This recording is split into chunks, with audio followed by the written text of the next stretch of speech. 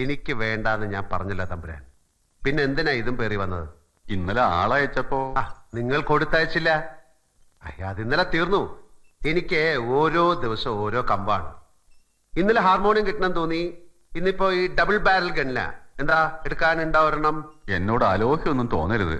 ഇത് അങ്ങോട്ട് എടുത്തിട്ട് എനിക്ക് ഇത്തിരി പണം തരിക. ഇന്നലെ പറഞ്ഞ എന്താ? ഇതൊരു അമൂല്യ നിധിയാണ്, ഞാൻ ആരെ കൊണ്ടും തൊടിയിക്കില്ല എന്നൊക്കെ അല്ലേ? ഉവ്വ പറഞ്ഞു. പണത്തിനൊരു അത്യാവശ്യം.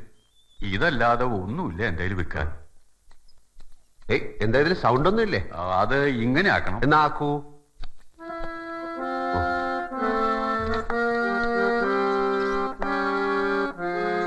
എന്താ പ്രതീക്ഷിക്കണേ വില?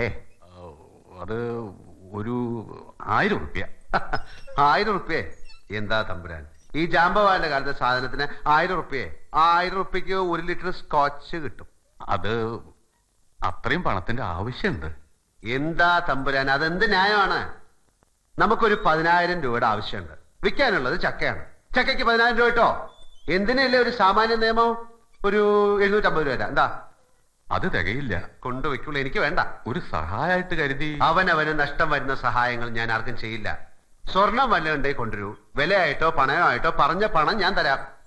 ഒരു നിർധനാണ് ഞാൻ. അപ്പൊ ഞാൻ എന്താ ചെയ്യാ? ശരി, 900 രൂപ അവസാനത്തെ വില. ഇനി പേശലില്ല. ഇഷ്ടം. തരൂ.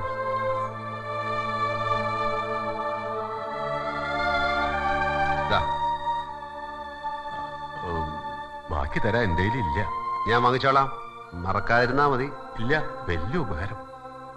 സന്തോഷത്തിന് ഓരോന്ന് പൊട്ടിക്കണ. എന്താണാവോ? മയക്കുവെടി.